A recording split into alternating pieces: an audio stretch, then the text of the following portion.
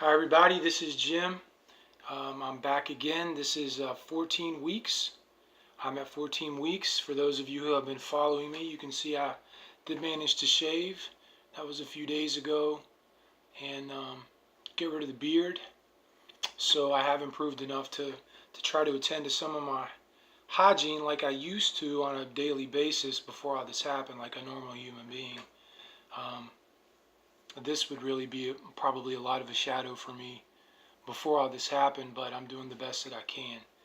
So this is again 14 weeks. If you're seeing this video solo, I have made a few other videos that should be below, and I think that I may be able to link those maybe in the description section if I get around to it. But I have other videos at 8 weeks and 11 weeks. This is the third video I've made following my progression and improvement from the Cipro, which I had taken originally for chronic pelvic pain and a possible infection that I didn't culture for. It was a negative test. As a first line drug, antibiotic, they didn't try anything else. I only took the one pill. The problem, I think, for me and what made it so bad was the fact that I was also on glucocorticoids. I was taking Medrol packs, which is prednisolone, 8 to 12 milligrams a day, and had been on that for 5 or 6 weeks, and then intermittently for a few months before that. So that really caused a lot of havoc in my whole body. So my improvements. If you recall, if you've watched my old videos, I don't want to go through everything again all over, but I couldn't walk within 7 days of that pill. I discontinued after the first pill. I was experiencing joint pain and fatigue. Something just didn't feel right in my body. So I stopped after that first pill and read online about what could happen when you took Cipro, and read a lot of horror stories, of course. So I stopped immediately after that first pill. Unfortunately, a lot of this damage, the process had already begun. Within 7 days, I'd experienced intracranial pressure, tachycardia, the skin on my fingers was peeling, and I couldn't walk, which was the most severe of the symptoms. My Achilles and peroneal tendons down to my ankles had pretty much given out, and I couldn't stand up and support my own body weight within 7 days. So I lived with it for a month, and I crawled on my hands and knees to the bathroom. It had started to move in the connective tissue problems into my wrists and my shoulders. At that point, I was afraid I could no longer even make it to the bathroom. So I had a friend take me into the hospital. At 3 weeks, I did go to the hospital in the back of an ambulance. Not a big ambulance rider, maybe twice in my whole life. So that was a really big deal to me. And I went on an ambulance, and the ER doctor asked me if it was all in my head at 3 weeks, and sent me back home, even though I couldn't walk, couldn't stand up. So 4 weeks I went back again. I had a friend take me in, slid down my steps kind of like a snake or a crab. I'm not walking at this point. I can barely hold my weight up on my wrists. I can barely hold my phone and text. Go to the hospital and demand to be admitted. They kept me for 6 days, I think 5 nights and 6 days. Ran a bunch of tests, did x-rays. X-rays, of course, were negative. All the blood work was negative. The ANA test for autoimmune stuff was negative. The C-reactive test for inflammation was negative.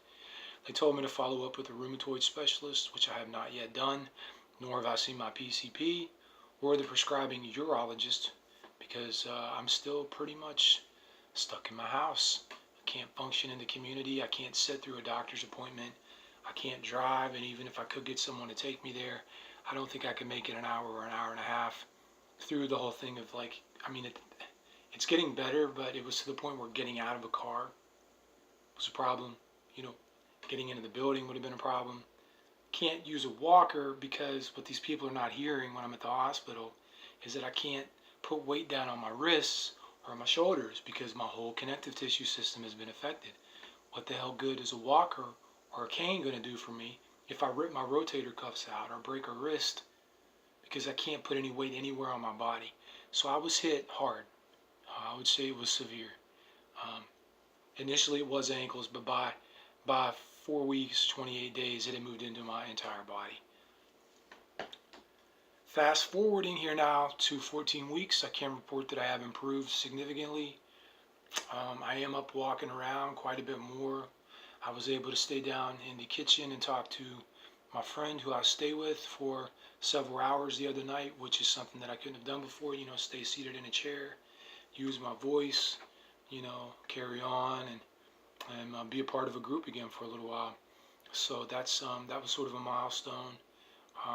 My shoulders and wrists, my wrists are improving, my ankles are improving, but I continue to have problems in my shoulders, particularly this one here, my right shoulder. I don't know if it's rotator cuff. No one was willing to do any imaging tests on me, insurance reasons, whatever. Is it all in your head? At no point in the hospital, I was told in the hospital by a number of the treating physicians and hospitalists that, number one, it wasn't possible for one Cipro to cause this. Number two, I need a psychiatric evaluation. I'm somatizing it. Number three, is it all in your head? You don't even have any inflammation in your body. So I was basically, I had the pardon my language, they gaslit the shit out of me at the hospital. So I was victimized. I was prescribed an antibiotic that should have never been given for an infection that I apparently don't even have. The culture was, the urinalysis was negative, and I wasn't offered another line of antibiotic first. These are all inconsistent with FDA guidelines, so it was negligent practice. Of course, I did follow up with a few lawyers over the last several weeks, and they want a slam dunk case. It's almost impossible to get malpractice against a lawyer.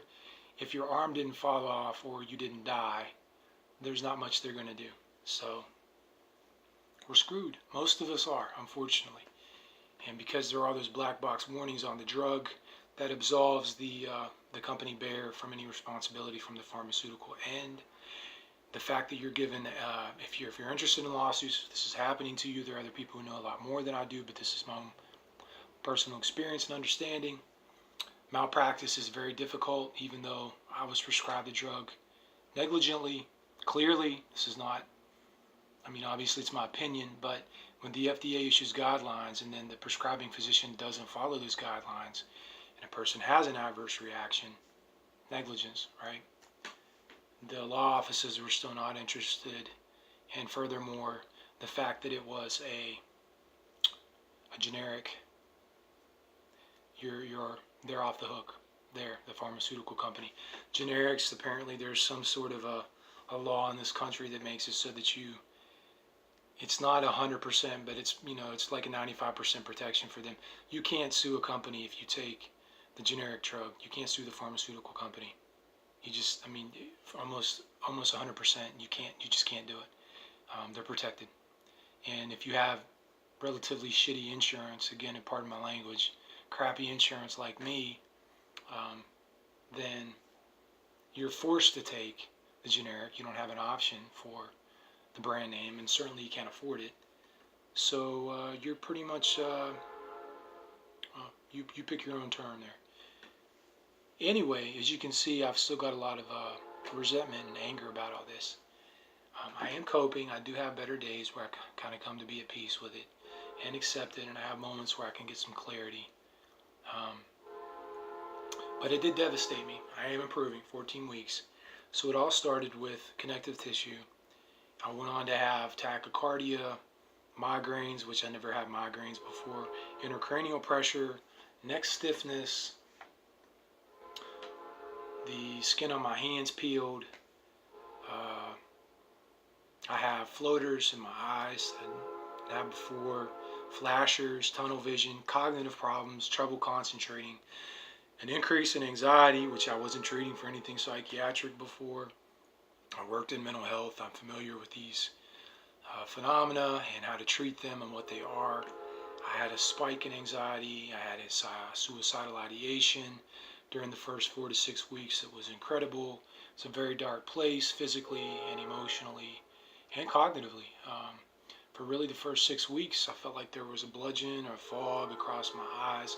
I couldn't read a book. I couldn't read text on my phone. It was very, very bad. Most of the cognitive stuff, I'm happy to report now, has gone. I still have floaters and flashes sometimes. I can concentrate a little better like I used to. I am forming my words a little more clearly. I'm not losing the words like I was initially. My memory is okay. It seems to be working its way out of my system. Right, the headaches have stopped so far. I haven't had any migraines. The pressure's gone. Still having some neck stiffness. But what persists is knee problems. Never had knee problems before. I was a runner. I have very strong legs. I still have big legs because of all the years working out and running. Never had knee problems in my life. I think that that's just the fact that they've taken a hit because of both of my ankles. I had to get out of bed. I had to try to move around. Or, as you know, those of us who are laid up in bed for weeks and months on end, as our muscles atrophy, we just make the whole thing more difficult for us. And so you reach a point at which you lay in bed all day and you're hurting yourself. And if you push yourself, you're hurting yourself. So you really got to find that sweet spot. And in doing so, just trying to walk to the bathroom a few times, or maybe make it down the steps once a day to make coffee down in the kitchen, that was enough to hit my knees. I don't know if it's meniscus.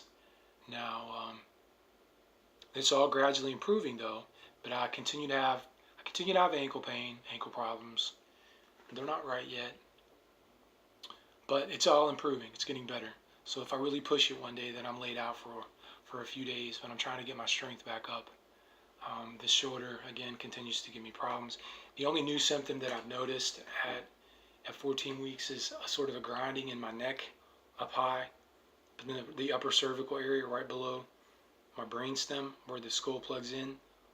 When I look left, I can hear it when I look left. Never had that before. So I'm worried that there's some cartilage loss in there that may be permanent. I'll just be honest with you. I hope not. Obviously, it looks like I can move it around, and I can, but when I make certain movements, there's a sort of grinding in there that I never had before. Only 39 years old. None of this stuff should be happening. It doesn't appear to be anything autoimmune. This is a result of the Cipro and the collagen loss that's happening to my whole body. It's hit my neck. The fact that I can hear it when I move my neck is distressing. It's unnerving. But I'm just kind of hoping that as I get stronger and hold my neck up more each day and increase the strength again in the muscles and tendons, that will help a bit. That's all I got at this point, But on the whole, I would say I'm greatly improved. Where I was at, I would say 3% function of what I was. And I was completely devastated. I couldn't get out of bed. It was all I could do to make it to the bathroom 3 times a day crawling. I'd say I'm back to about 25-30% now. I can change clothes. I can shave once in a while if I need to. I can get to the bathroom as needed. I can have some coffee and sit on my front porch and speak to people and carry on a conversation. So I'm improving. I'd say I'm about 25-30% of where I was, and I hope to continue to improve. What treatments am I using? Well, let's go. Some of the other videos you folks have seen me, I had some tobacco in my mouth. Maybe that turned a lot of people off. I really am trying to be very healthy. I was a very healthy person before all this happened. I was a distance runner. I played a lot of ball. I cross-trained and lifted a lot of weights. I ran a half marathon 2 years ago, and I had sustained a relatively high level, well, quite a high level of conditioning and strength for the last 15 to 20 years, all my adult life. And I wasn't a smoker, and I didn't use tobacco up until the last several months. I needed something to help with anxiety, and I didn't want to smoke. So I'm obviously not recommending this. Obviously it's not safe, but I did use some tobacco. The nicotine helped calm me down. I do have a little bit of coffee also each day if I can. Not initially 4 to 6 weeks, because number one, I couldn't make it down there to get the coffee. I had to have a friend bring it to me when they were around if I had it. And some days it was just so bad that I didn't even want coffee, which is really uncharacteristic of me. But I do, generally speaking, have at least one good sized cup of coffee a day. I think that it aggravates the neuropathy. I did have neuropathy as well, the electric tingling and burning, mostly below the waist, below the knees and the feet and ankles. I think the caffeine supercharges that for a few hours. Not every day, but if I'm not eating the way that I should, then the caffeine just makes it even worse. Inflammation producing foods contribute to the neuropathy and I'd say stiffness and overall pain. I don't have the whole body pain like I did. It's just now, like I said, in a couple of certain areas. So it's up to you. If you've got to have a couple of bad habits or a bad vice or two, that's up to you. I'm not recommending those things, obviously. And the only pharmaceutical that I take to get this kind of rotten stuff out of the way, for 4 to 6 weeks when it all happened, I detoxed myself from everything, all pharmaceutical meds. I didn't even take so much as a Tylenol. I quit everything and was only on supplements and trying to eat a healthy diet. That was it. But I did go back to gabapentin, which I was taking for the pelvic pain, which is why I treated with the Cipro in the first place. I did go back to the gabapentin. It's a low dose, 600 milligrams a day. Sometimes if it's a really bad day, I might take an extra one at night, but usually 300 milligrams twice a day. That's the child's dose. It's a very low dose. That gets very high, and that gets up to like 3,600 milligrams daily for hardcore, the upper end of the dosage. So it's a low dose. It helps with the anxiety, and it probably best of all helps me sleep, because I had a lot of insomnia. I couldn't fall asleep some nights. And if you take that an hour before bed, it'll put you down for 8 hours. You'll dream, and it makes a big difference. I don't like pharmaceuticals. For pretty much the 20 years of my adult life, I didn't have a medical history and was highly skeptical of all pharmaceuticals. I get it, but I'm telling you that as far as drugs go, at this point, it does help me sleep, and it's had it's been a big help in helping me get through this. It's improved my quality of life, even though I have none, really. I mean, if you want to get down to it, it does help me sleep, and we need to heal. Sleep is a big part of that. So now that all that's out of the way, what I'm doing right, and what I'm focused on, I've tried a whole bunch of supplements at this point. Everything from this stuff called P-Cure, I've got zinc, I've got alpha lipoic acid, I've got quercetin bromelain, turmeric, name it. I've tried all kinds of stuff, and some of it's relatively expensive to figure out what's helping me and what's not. The aforementioned stuff there, I've sort of let fade out. Can't really afford it on a month-to-month basis. Didn't really notice a difference either way. Didn't notice much of a difference that I quit taking it. Here's what's working. Here's what seemed to be helping me. Here's what I'm on right now. Number one, A1A, as I've said in all these videos. Magnesium. I had started on a multi-supplement magnesium that also has D3, zinc, and calcium, all combined with magnesium. It's a magnesium oxide. That seemed to be helping me. I was taking a lot of that. I don't think it was absorbing very well. So I was taking like double the adult dosage. Again, check with your doctor. Get those expensive blood tests done if you can afford it, to figure out what your levels are. But we need magnesium, right? There's scientific articles that are demonstrating clearly that people that have been, that experience fluoroquinolone poisoning, the toxic syndrome, we are having the magnesium leached out of our tissue. We're depleted in magnesium. So we need to get it. And that's one way to get it orally. So since then, and I still take that supplement sometimes daily, or every other day, just to get the D3 and the calcium and zinc out of it. But I switched to a magnesium glycinate after following along with the magnesium group and some other folks in the fluoroquinolone toxicity group on Facebook, which if you're new to all this, I highly recommend that group. It's the best group on Facebook, and probably one of the best sources online, along with floxyhope.com. These are places where you can find good support and offer support if you're able to give it, and a lot of educational material to help you treat That's where you come across the magnesium stuff. I switched to a glycinate, magnesium glycinate. This is still a relatively cheap supplement. It's like 15 bucks for a month's supply. That's really not all that high for a supplement.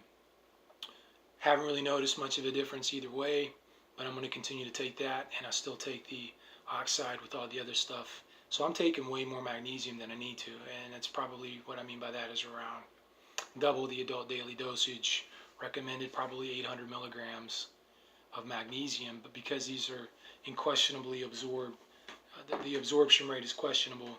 I'm really not getting that much, and I don't seem to be having any problems from it. Obviously some people that are heavy into having all the minerals and stuff balanced in diet are freaking out. Oh my gosh, maybe I'm out of whack, maybe I'm not. Can't afford to have all those tests done, can't afford to have DNA tests done. I just don't have it. Okay, I don't know about you. If you can, more power to you. But we definitely need magnesium either way. You have to get some magnesium going in your body. So I'm taking that, and the A1A best treatment that I've used so far since all of this has happened is a magnesium topical spray, which I showed in the last video, the 11-week video. If you want to go check that out, I've actually held it up. I'm not a product placement guy. I'm not selling anything. I don't work for any of these companies. I have nothing financial invested in any of this. I'm just sharing my story here. I don't even know the name of the company, but it works really, really well. There are a few companies that make their own products available. I don't have any reason to believe one product wouldn't work any better than another. As long as it's elemental magnesium, spray that stuff on. I might hit this shoulder with 4 or 5 sprays and then rub it in. And then I'm down on my ankle, 4 or 5 sprays, rubbing it in. Then my other ankle, 4 or 5 sprays, rubbing it in. Whatever part. If I got to hit my whole body, I hit my whole body. The back of my neck, I hit my knees. That stuff is amazing. It's really the best stuff that I've used. Again, topical magnesium oil spray. If you're on the fence about that, like I was for the first month or two, don't wait. Go get some magnesium spray. If you do nothing else for yourself, if you buy no other supplement, get some magnesium spray. And I highly recommend the magnesium oil supplement as well. I definitely need to get our magnesium. The other supplements that I'm still on, I was on some of this last time. I have made some changes. I'm also taking collagen.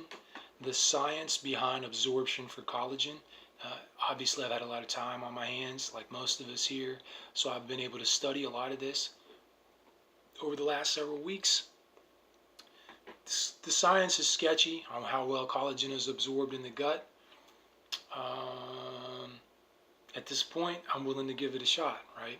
So I was taking collagen oral pills, but courtesy and thankful to some of the folks on the fluoroquinolone group, they pointed me towards a collagen powder. There's different types of collagen. You'll maybe want to look into that. I'm taking type 1, type 3 collagen for my tendons. I'm not completely clear. 1, 2, 3, 4, 5. You want to check that out on your own. But I'm taking collagen powder to help my connective tissue. I don't know how much it's going to contribute to the regeneration of cartilage. It doesn't look very good there for cartilage, the cushioning between your joints, but it certainly can't hurt, and it does pack a good punch for protein. So the powder was better than the oral supplement. So if you're considering going on collagen, my only point here is to get on the powder. It costs the same as the oral supplement, and the amount of collagen per serving is like 5 times the amount you get in an oral supplement. So that's for a month-long treatment for 30 bucks. You can get 5 times the amount of collagen per day if you go with powder. And it's good quality stuff. It's the hydrolyzed. I don't know a lot about it. Other people do. Feel free to make comments. But hey, let's give collagen a shot. That seems to be a big one that comes up. Certainly doesn't seem to be harming. I've only been on it for a few weeks, so that's really not enough to notice a difference from what I understand one way or the other. So I'll at least finish that first tub of collagen powder. I mix it in with my coffee in the morning on an empty stomach and go with it, right? CoQ10 is my next supplement. It's I think it's an enzyme or an amino acid. Again, I don't have a lot of verse in these minerals, but that's another one these are our magnesium, CoQ10, collagen are sort of core treatments that just about all the people that have been floxed agree on poisoned by a fluoroquinolone antibiotic. You'll notice a theme running throughout just about everybody. And these supplements are kind of a staple in a treatment. Now it gets so a lot of people go off crazy in a diet or in a lot of different supplements. I tried a lot of, but these are the ones that seem to be a core treatment for people that are experiencing this. So CoQ10, again, that's another one that supports mitochondria and will help heal, help speed up our healing process and get everything going again. As you know, these fluoroquinolones are a mitochondrial toxicant. They cause for mitochondrial death, problems with the process of cellular metabolism that the mitochondria power.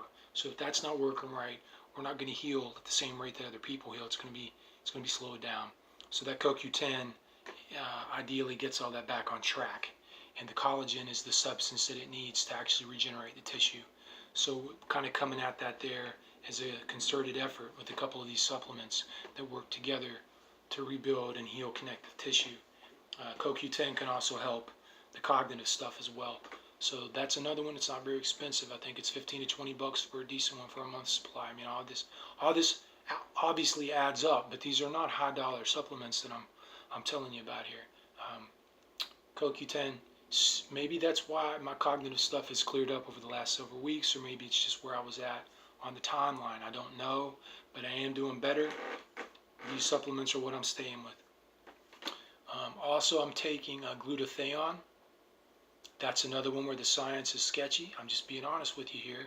Don't know how much of this is placebo, but these are the core supplements. Glutathione not so much, but that's another one that will help reconstruct connective tissue.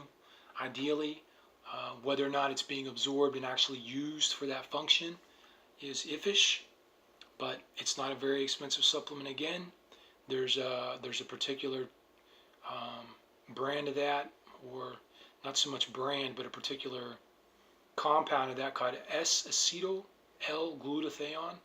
There's a couple of different kinds, but when you have that S-acetyl L-glutathione designation, whichever the brand, that apparently has better absorption than just L-glutathione, or just buying reduced glutathione.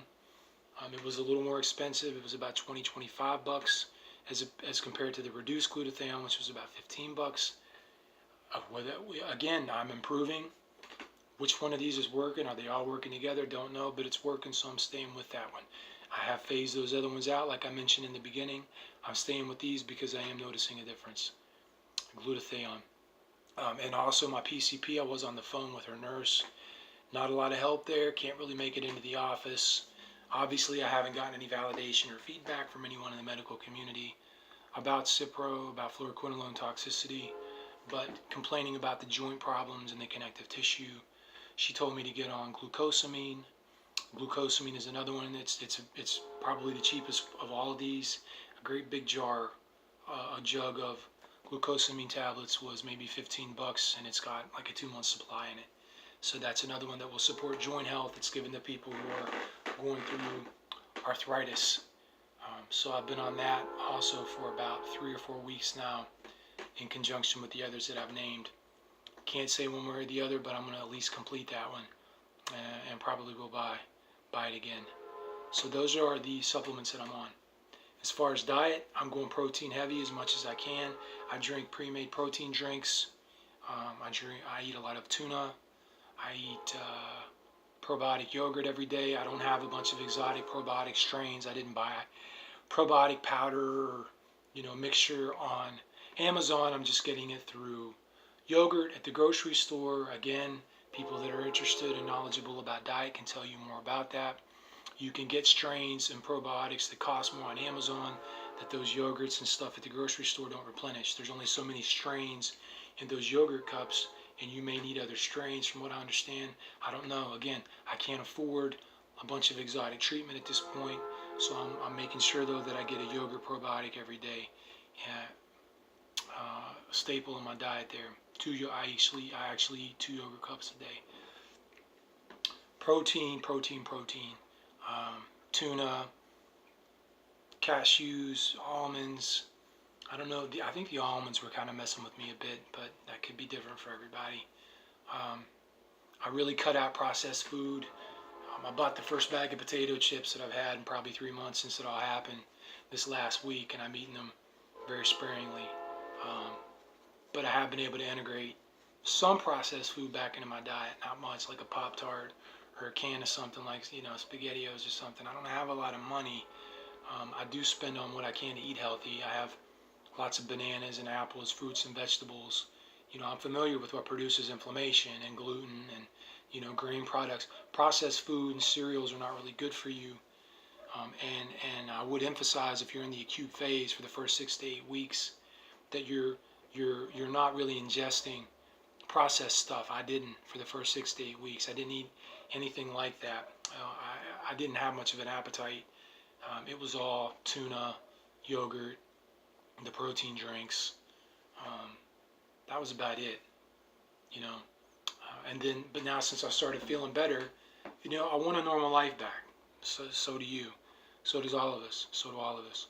So I want to know whether or not I can eat processed food again. I mean, I'm just going to be honest with you. I'm not trying to be rotten or unhealthy, but I can't live my whole life drinking spinach dip. Come on, right? So I got some potato chips. I have a Pop-Tart maybe once a day, once every other day. I have a can of SpaghettiOs maybe once every other day to supplement my diet. I actually got a chocolate bar. Once in a while I'll have, what amounts to a small chocolate bar once every other day.